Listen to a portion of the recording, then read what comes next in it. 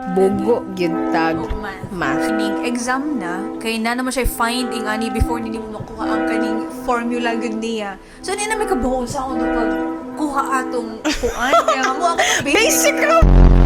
Asa nagka-complicated na. Pila ra ka gig ang brain cells. Karon si Jen, suwat siya siyang answer. Kopya na mo. Karon kay nasayop si Jen. Iyang erase. So, nag-erase kami. Yan, nasayop to po si Jen. So, ang pati erasures ni Jen. Nakopya. Nakopya.